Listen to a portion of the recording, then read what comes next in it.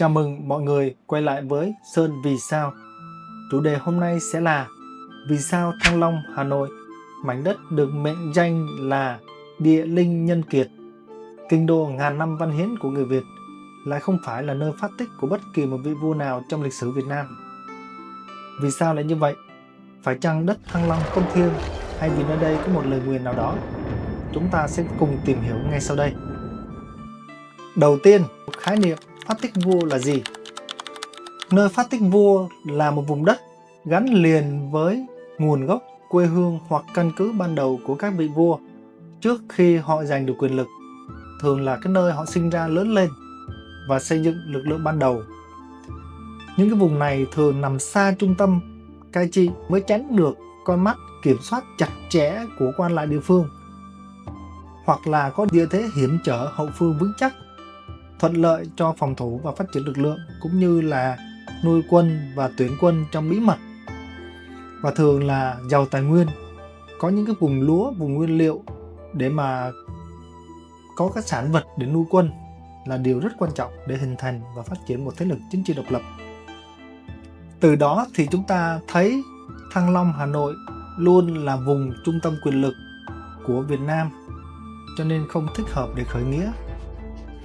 Cho dù là trước năm 1010, vùng đất Thăng Long mang tên là Tống Bình, rồi Đại La dưới thời nhà Đường, cũng là trung tâm cai trị của chính quyền đô hộ Trung Quốc, xây thành đồn trú đông đảo binh lính và luôn nằm trong tầm kiểm soát cao độ. Ngay cả các cuộc khởi nghĩa lớn ở miền Bắc như Phùng Hưng, Lý Bí hay Hai Bà Trưng cũng nổ ra ở vùng rìa trung tâm, chứ không vùng lên tại Tống Bình. Đến năm 1010 thì vua Lý Công Uẩn dời đô từ Hoa Lư ra Thăng Long. Bắt đầu từ đây, vùng đất Thăng Long luôn luôn là vùng kinh đô của đất Việt, luôn được chăm sóc kỹ lưỡng, không ai có thể nuôi mộng bá quyền ở đây. Đối với các nước khác thì sao? Tương tự như vậy thôi. Trung Quốc cũng vậy. Kinh đô Trường An nhà Đường hay Khai Phong Phủ nhà Tống, không hề có một cuộc khởi nghĩa nào bùng nổ ngay tại đó. Các phong trào lật đổ như là khởi nghĩa Hoàng Sào diệt nhà Đường, Lý Tự Thành diệt nhà Minh, và sau đó là quân Mãn Thanh cũng từ Đông Bắc Trung Quốc xuống, chứ không phải từ Bắc Kinh, đều bắt đầu từ các vùng nông thôn, vùng ven hoặc địa phương xa trung tâm. Không riêng gì Trung Quốc mà ngay cả Nhật Bản hay Hàn Quốc cũng đều như vậy hết. Người lập quốc cũng không bao giờ xuất thân từ kinh đô.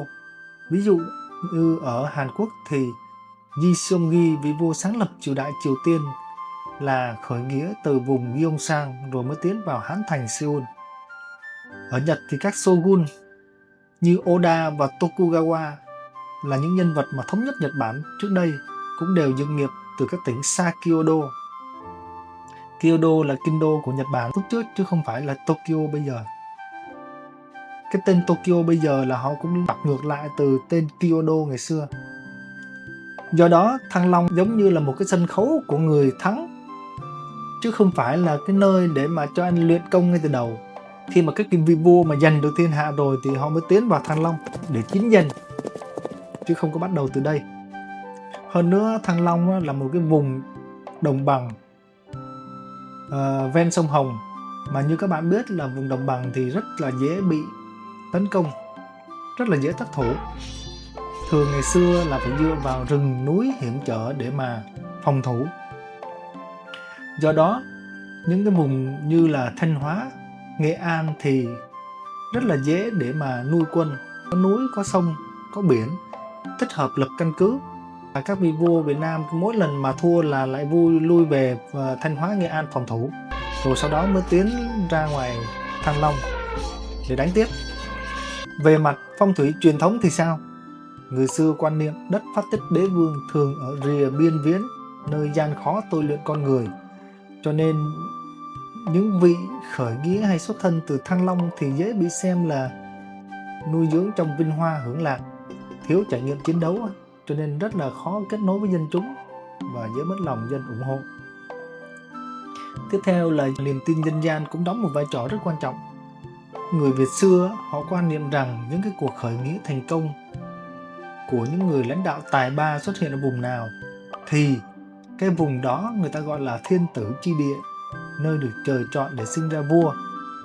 Thì rất tiếc, Thanh Hóa mới chính là nơi như vậy chứ không phải là Thăng Long.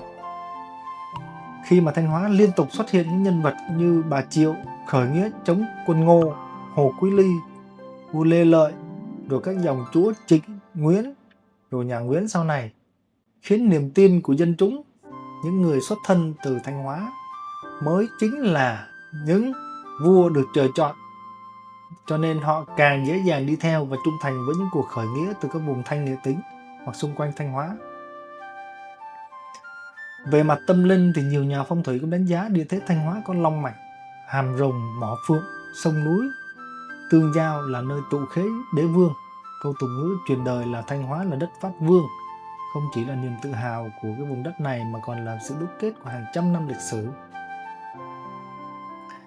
Có một trường hợp có thể coi gần như là ngoại lệ một xíu, đó là Hai Bà Trưng. Thì bà khởi nghĩa ở vùng Mê Linh, nay thì nó thuộc Hà Nội, nhưng mà ngày xưa cái vùng Mê Linh này cũng không có thuộc Thăng Long, bởi vì hồi đó không có Thăng Long.